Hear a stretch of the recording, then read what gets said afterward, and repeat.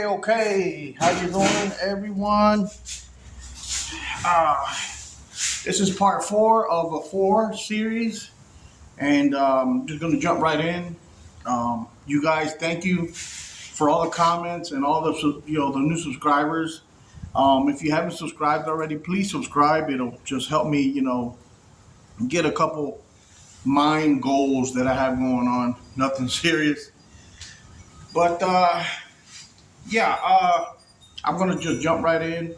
So I got an indictment out of Philadelphia, Pennsylvania for a murder. Um, I know nothing to this point. I mean, being in the streets of Philadelphia, being an ex police officer, stuff like that. I was a patrolman, and you see things. You see murders all the time. You see. So I'm not at this point. I don't know what's going on, but supposedly I'm going to court on a murder investigation. So now I'm in FDC Fort Dix, FCI Fort Dix. I'm sorry, my memory's not working today. Um, so they call me. I'm in an RDAP program. It's a drug program that takes a year off your sentence if you complete it. Um, so now they tell me to pack up, and I'm leaving. I'm leaving Fort Dix, and I'm in shock. So they're taking me to CFCF. And CFCF is like a county, big giant county jail for a big city like Philadelphia. So it's a jungle. It's not like Atlanta or anything like that.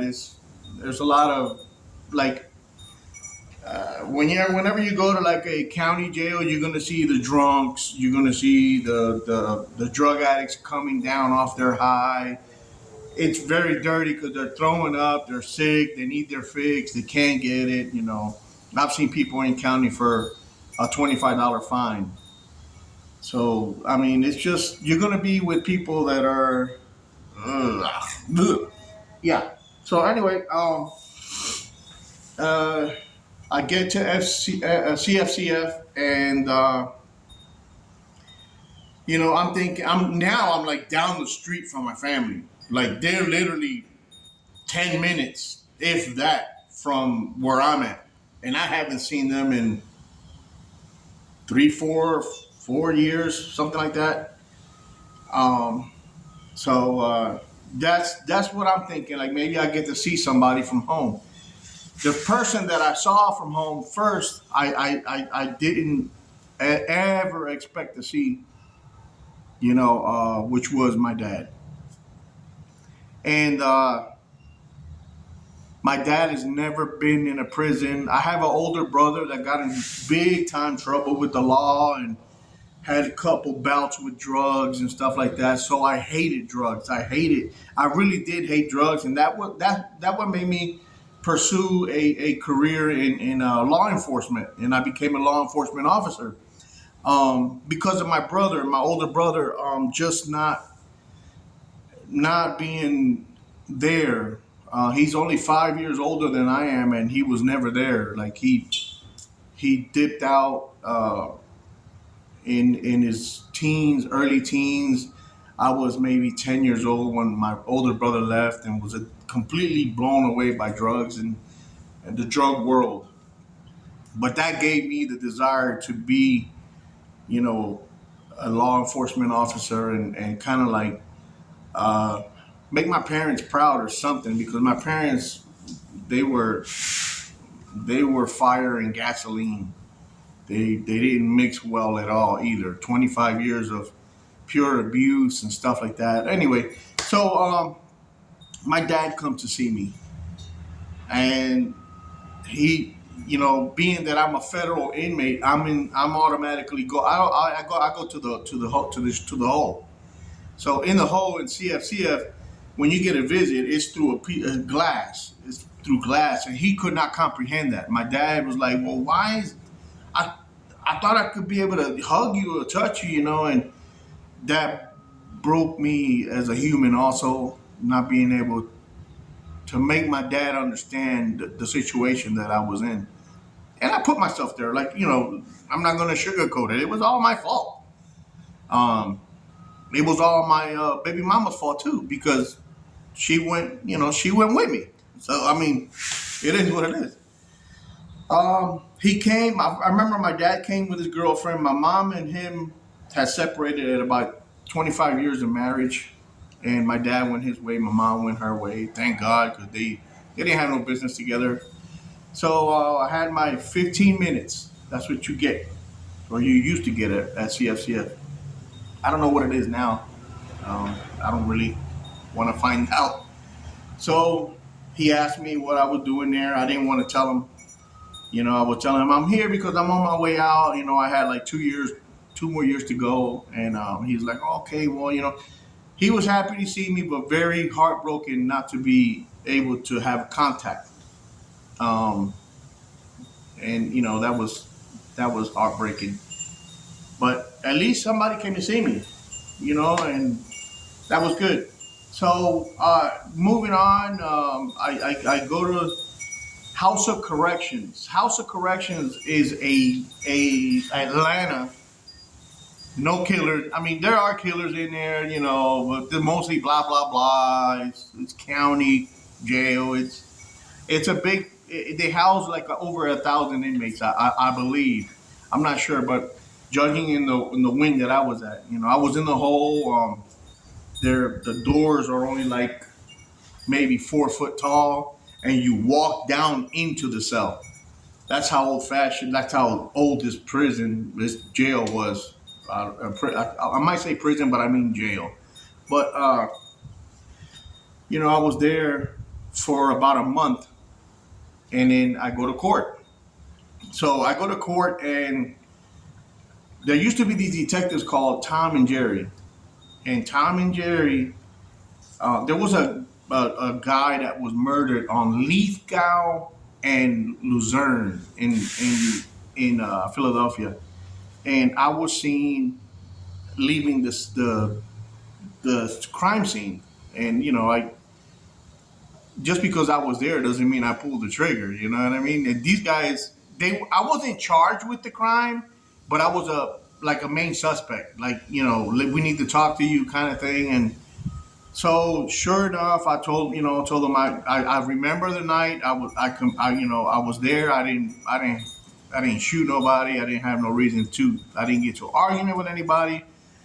Um, they weren't having it, so they had this witness. I don't know who this guy was. Oh my God, he goes, my daughter-in-law again. Why when I start making these videos? So they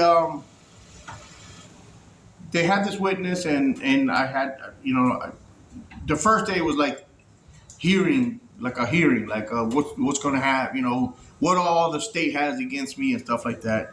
And then so I go back to CFCF. Now, mind you, they wake you up at fucking 2 o'clock in the morning. It's holding cells all day. You get bologna sandwiches all freaking day.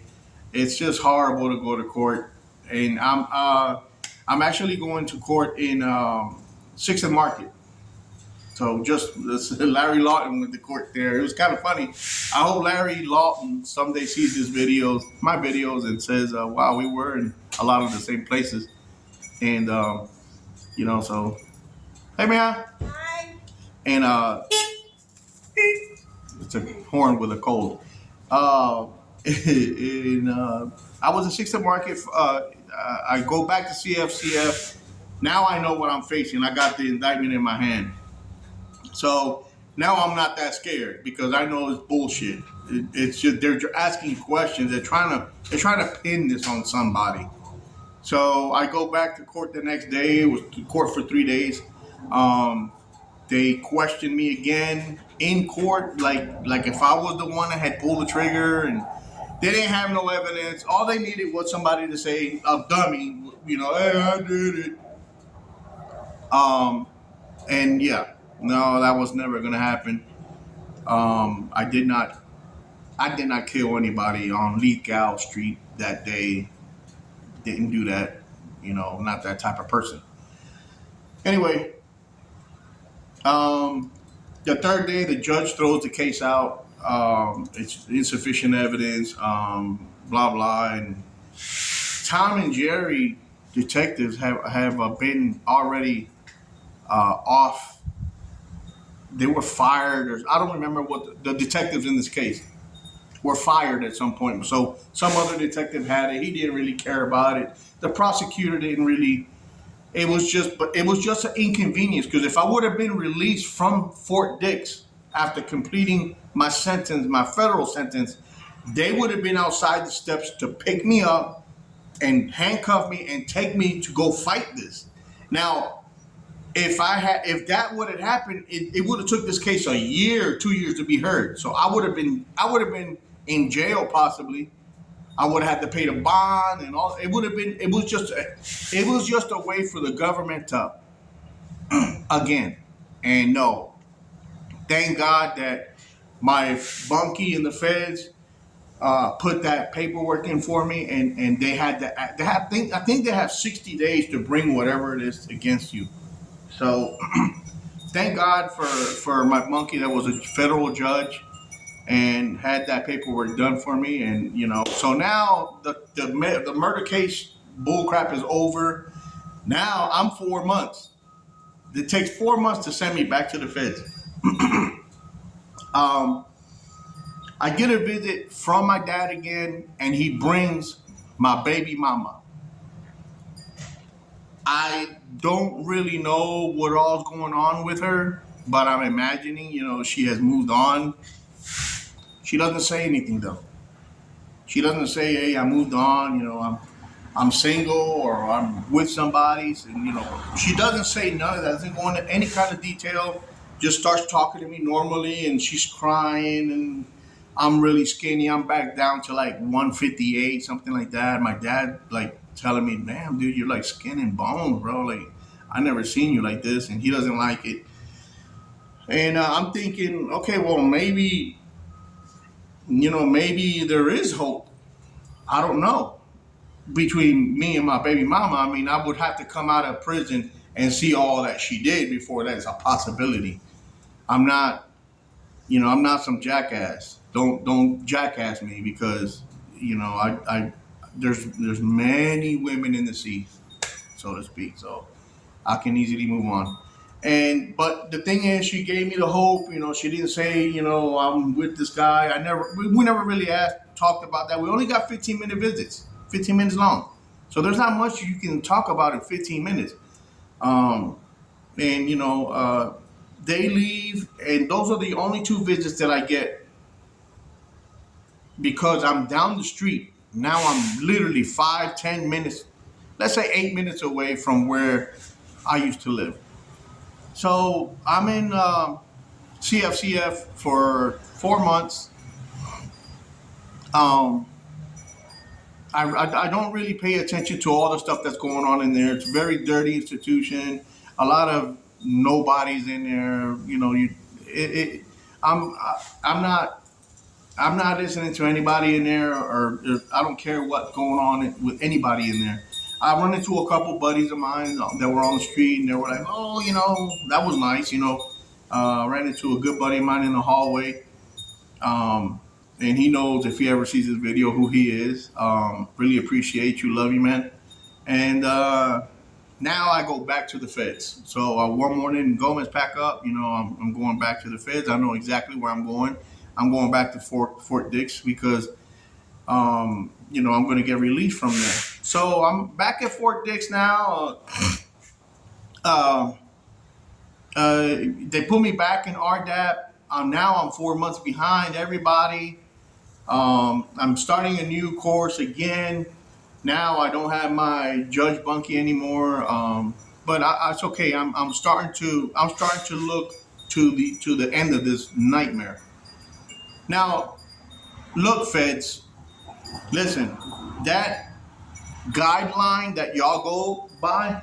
See, in the feds, there's a guideline that they sentence you by. You might get a judge that has a heart and doesn't want to sentence you to, let's say, for example, the guideline. I don't know exactly what the guidelines are, but this is an example. So if you get caught with 2 kilos of heroin, you fall into a guideline. of months, how many months you're in between. So because I didn't cooperate and stuff like that, mine got enhanced and all this other crap because of Harry Wallace. And go back to my first video, and that explains everything that happened to me when I'm coming into the Fed system. But the guidelines, let's say for example, you get caught with 2 kilos of heroin, and your guideline, you fall within 24 months to 30 to 48 months. So 48 months being the maximum, 24 months being the minimum. The judge can't change that. That's what you're going to do. You have to get sentenced in between that. No matter what the judge thinks of you, no matter if you were a fireman, a police officer, because it was brought up. I was a patrolman back in Philadelphia, law-abiding citizen, never was in trouble, never was locked up, and the judge, couldn't do nothing about it. There was a guideline he had to follow, and it sucks. So what I want to say is that guideline should be destroyed and thrown in the trash, because for what I did, I believe in my heart 1 year would have been more than enough for me to never do it again. You didn't have to do to me everything you did to me. Now I carry a chip on my shoulders because of what y'all did to me and my family. You destroyed me. You completely destroyed me. Destroyed everything that I worked hard for. I had 2 houses. I had a very good, successful business. I had employees. I had, I had multiple cars. Now, I don't know this yet, but all my tools, I had an auto mechanic shop, and I was an auto technician for many eons. All my tools were sold. All my cars, I had 2 race cars. They were sold. I had a brand new motorcycle. I had I had motorcycles, cars, tools. Within all that, my baby mama and people out of my family sold all that. And that's something that I didn't even know about this. Still didn't know about this until I get out. So going back to the RDAP program, I'm focusing, I'm studying hard, I'm working hard, I'm putting 100% into the program. So now if I graduate, I'll get about 11 months off because I just missed 4 months. So they averaged it. It's still worth me going and doing what I had to do. Now I'm taking orientation classes for release. Once you start taking orientation classes for release, you're already thinking you're on the street. You smell like a brand new pair of sneakers and a pair of jeans and a shirt. So I'm feeling good and stuff like that. And out of nowhere, I get now this is about 6 months after I came back from CFCF with that murder case. So the compound officer, sounds off my name, Alex Gomez, and 318-698, what is it? 698-3004. You have a visit. So I heard it on the speaker. I'm like, man, ain't nobody ever visit me here. Gomez, 693-18004. That's my number. You got to visit. This is the second time. Now, you don't want to shut the compound down, because if you shut the compound down, you can get in trouble. Like you're going to get in big trouble. So I go to the visit room, and I'm thinking, like, what the hell's going on? So it was my baby mama. And she came. I was so blinded by this. She came. She was 7 or 6 months pregnant. She had a belly, and that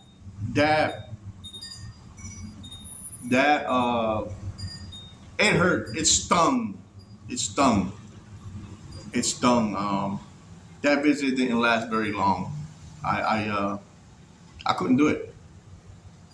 I couldn't do it. I still didn't know who it was. I didn't care. I didn't care. You know, at that point, seeing something like that, it destroys you because I was a good husband. I was a damn good husband.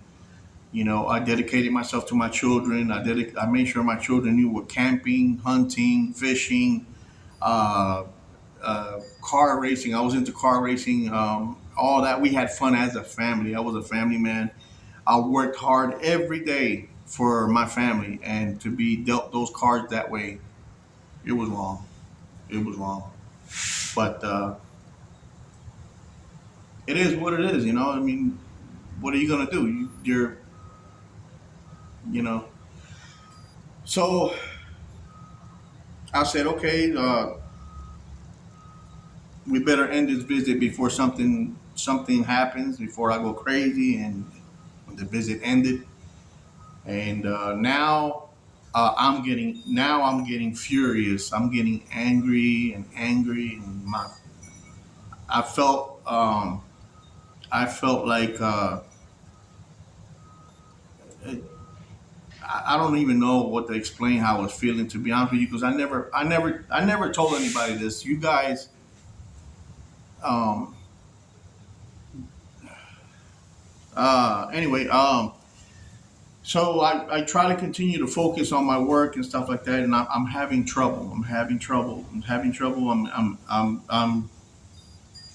I'm thinking about hurting people, and is it worth all these things that I've been drugged through? You know. So I go to my bunkie that was the judge. He always was a good judge of character, obviously. And I explained to him what's going on. He said, "Alex, what are you thinking? What are you gonna do?" And you know, I hate to say this, but I was thinking about hurting people at home. I was thinking about being on the front page news. Um, I couldn't help it, guys. I in there, you don't have anybody to motivate you. Nobody cares. Nobody is going to say you know, you might have a kind word or two, but really nobody cares. Nobody's worried about your situation. um, so the judge, my buddy said, my buddy judge said, Alex, why don't you're Puerto Rican, aren't you? I said, yes, sir. He goes, why don't you get released to Puerto Rico? Don't go to Philadelphia, because you're gonna end up on the front page, and I would hate to see that. So I was like, nah, me go to Puerto Rico. I don't even know anybody in Puerto Rico. Like, my grandma lived over there, but that's it. And Puerto Rico is like a third world country, to be honest with you. Yes, it's a part of the United States, but it's uh, your jobs pay like, you know, a $10 an hour job in the United States, it'll pay you $5 over there. It's just different. The whole economy, everything is different. It is U.S. currency, but it's different. But I didn't like that idea. He suggested it, and so we part ways. And I remember, like, a week goes by, and I really start to get these bitterness feeling, this bitterness, hatred inside me. I In the feds, you get one of these.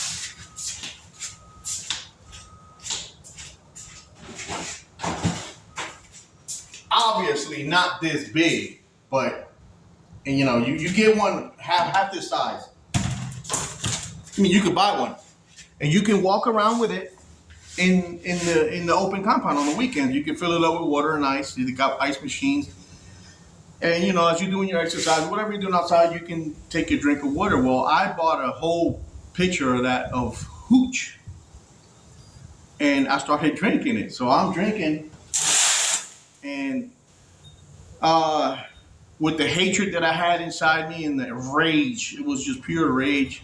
I didn't want to hurt nobody around me. I don't want to mess anybody's time. So I started drinking it, and I got stupid drunk. I'm talking about the compound on the weekend closes at 10. At 10 o'clock, I was outside hanging off of one of the fences.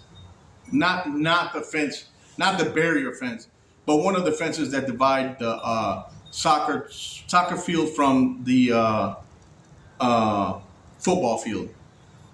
and I'm hanging off the fence, and like I said, a lot of people know me. Coleman, oh man, I was out there drinking this stuff all day, and uh, they dragged me back to my unit.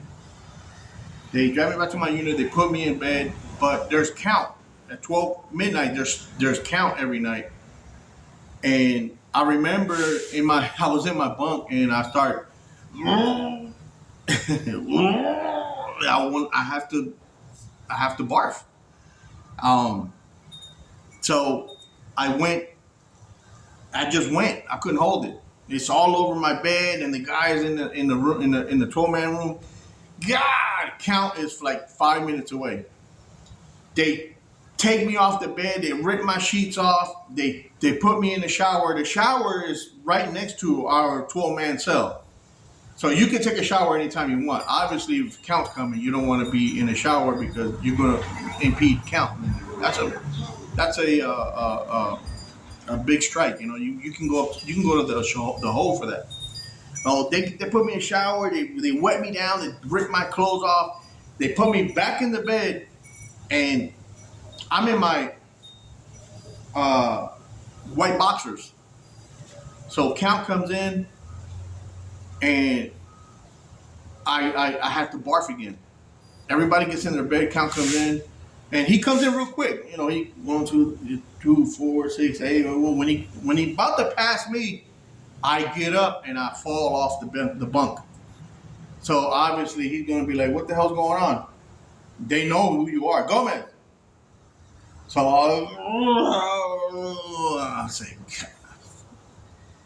he walks me out to the hallway, and I'm on all fours. I'm all fours, and I remember barfing, and then the back of my underwear, as I barfed, I farted and shit myself.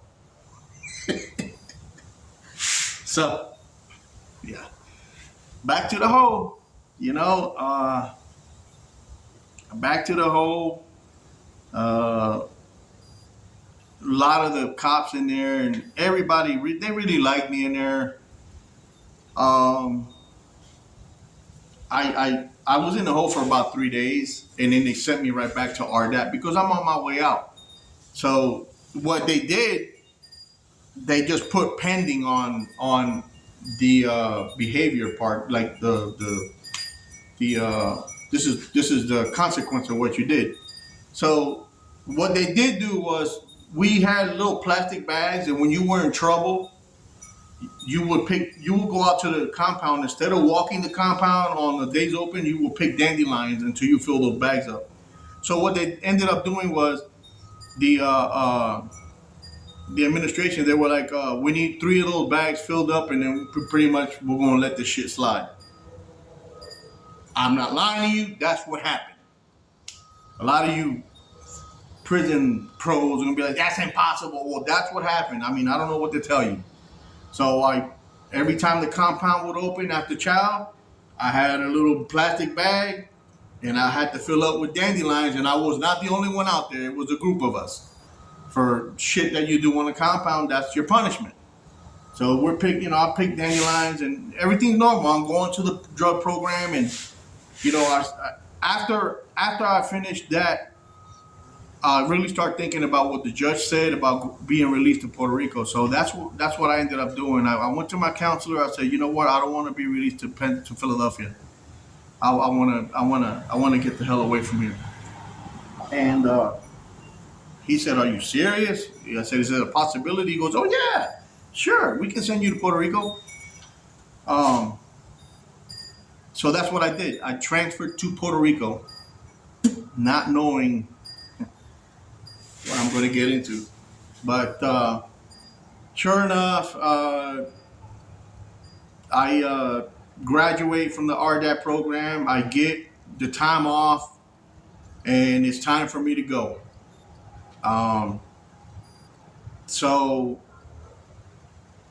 I remember the day I was being released. A lot of people didn't know exactly what day. They knew because I was in the RDAP program now, and a lot of those guys really, really took a liking to me, because of the music. If you don't know, I was a professional guitarist, and I could play any instrument. I could play the keyboard, piano, keyboard, same thing. Bass, guitar, drums, congas, whatever it is, I could play at a really professional level. So the day that I'm getting released, I get called, and you're kind of scared. If anybody tells you that they're not scared to leave after a long time like that, they're lying to you. It's scary. So I get called to A&O because you get released through A&O again, administration and orientation, and in Fort Dix, when you get released, you get your last ride. They ride you in the golf cart from A&O to the door, so to speak. I can't tell you how many inmates were yelling on the fences. Now, there's fences in between the compound. I'm not talking about the fences hindering you from walking out. So, everybody go, man, we love you, man. Don't come back, blah, blah. Man, it must have been at least 100 inmates out there. I made a lot of friends, like always had the emergency brake on with people in there because you never know their true intention. But there's some good guys in there, So I get released. I go into the van. Now I got my plane ticket. My plane ticket, it was for 6 o'clock at night at 6 o'clock p.m. They released me at 7 in the morning. So they take me straight to the airport. The airport, 45-minute drive to Philadelphia International. And I'm like, well, so out of my little dealings and stuff like that, I accumulated it was like $100. And they give you $25 just to, I guess the state or the feds give you $25. I don't know what for it, but so I had money, a little bit of money on me. So I was like, you know what? I'm going to surprise everybody. I'm going to catch a cab because the airport is like not even 20 minutes from my house. Maybe 20 minutes, 25 minutes from my house. I catch a cab back to my house because I got all these hours that I can be with my dad and, my brother. I wanted to see my little brother mainly. So I end up catching a cab, and I know that they could drive me back to the airport when the time comes.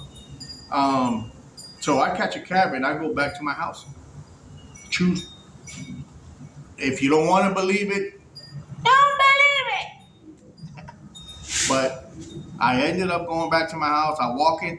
Now it was summertime, so my dad always had the door wide open to our house, and I walk all the way in the house, and not knowing if it was still my dad's house, but once I walked in, I seen all the guitars. My dad's also a musician. That's how I learned how to play. He always had bands and stuff, music bands. I walk in, and oh yeah, so I walk all the way to the kitchen. My brother is at the dining room table with his wife. So I walk all the way over there, and I say, man, what does a guy got to do to get a cup of coffee around here? And my brother's sitting there and we all start crying and hugging, and my dad comes down. He was upstairs. He comes down and he's crying. His new wife is crying, and it was a very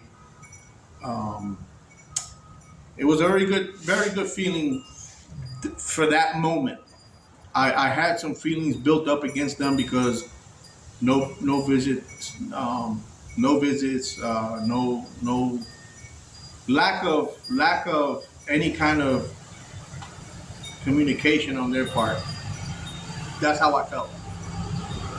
Sorry, family, but That's what y'all did to me. You know, I wouldn't have did that to them, to be honest with you. So anyway, I don't want to go down that route because I still get pretty upset about that. Anyway, somebody called baby mama and says, you want to, like, somebody, my brother's wife said, you want to see your kids? I said, hell yeah, I want to see my kids. So my baby mama brings the kids around. Um, I didn't want to see her. I wanted to stay away from her as far as I could. I'm thinking she thinks it's okay. Um, anyway, I visit with my kids and stuff like that. And my oldest, he didn't understand that uh, I had to go because I still had 6 months halfway house and 5 years probation. So I'm not off the hook by any means. Um, and I remember my oldest when the time came for me to go to the airport because my flight was, about to leave. Him collapsing, my oldest collapsing on the steps, and that tore me up, and it tore him up. He was never the same. He never called me dad till after that. He never looked for me. I looked for him, maybe not as much as I should have. I realized that. But when I did look for him, there was no, there was a wall definitely built after that day. And son, if you ever see this, I'm sorry. You know, I wanted it to work out, but it's not my fault that it didn't. Anyway, so now I'm heading towards Puerto Rico, and I get to Puerto Rico. It was like 9:30 at night. It doesn't matter what time you get there. They were expecting me. So I get there, halfway house. I walk in. It's just like going to jail again. Um, they are very, very strict. There's only one entrance in, one entrance out, one exit out. Um, it's I didn't know what I got myself into. So they give you a 4-hour furlough for you to buy your things the next day. I walk out. I don't know anything. I don't know where I'm at. I have no idea. I'm on an island. So I figured out where to Walmart by asking people, where's Walmart? I walked to Walmart. It was quite a walk. I get my things. I come back. I settle down into my bunk. You could call it they were cells because there were 2-man bunks, and they were divided. Like so it was horrible. It was bad too. Um, I ended up getting a job, getting my own apartment. I ended up buying my own vehicle, got my license, got myself straightened away. Um, yeah, I went through a lot of the panicky stuff, crossing the street, cars, and I remember the Razor phones were out. Bought me a Razor phone. It was awesome. I was doing good. I was following. Like I said, I always follow rules. So out of 9 of us that left to Puerto Rico that day, I was the only one that made it. Everybody else violated and went back. So it was hard because the days that you feel like, nah, I don't feel like doing, you got to. You chop, chop, let's go. There is no staying in. There is no breaking the law in Puerto Rico. Drugs, drug tests are, God almighty, sometimes twice a day in Puerto Rico. Puerto Rico is very, man. Anyway, I ended up surviving 6 months halfway house, and if you survive 6 months halfway house, you can pretty much know that the following 5 years of probation are going to be a breeze, which they weren't because I decided after living in Puerto Rico for a year, I decided I'm ready to move back. My mentality is calm enough to, if I see these people that did what they did, I'm not gonna. So I'm thinking about my kids. I need to relax for my kids, stuff like that. So I go back to Philadelphia after a year and a half in Puerto Rico. I end up selling everything. I give my car to my dad. My dad was living in he moved to Puerto Rico. I give my car to him, and I said, Dad, the island is too small. It's beautiful, love it, but it's too small. I end up going back, and I got a job, which I stayed in for a long time with a friend of mine. His name is Richard. Richard, thank you again. The support. I got an apartment. I got me a car in Pennsylvania. I ended up meeting my wife, and pretty much, that's the story there. Now I'm in Texas. Um, I left Philadelphia because of just a couple more things that happened while I was in Pennsylvania. I was like, you know what? Nobody here gives a shit. Family is. I don't want to hurt nobody's feelings, but I think different. Now I have completely calmed down and I've forgiven all the things that were done to me. I love my family. I love my brothers. I love my mom, my dad. My mom passed away already, but my dad is still here. He's he's almost 90 years old, so he does well sometimes, and then he gets really sick. So I know that's coming. Um, Me and my little brother have a very good relationship now, and my older brother. I'm all the way out here though. I'm 1,500 miles away from home. So guys, if you're gonna commit crimes and if you're gonna do things that are gonna potentially take you away for a long time from your family, take my story into consideration. Look at my videos. It's not worth it.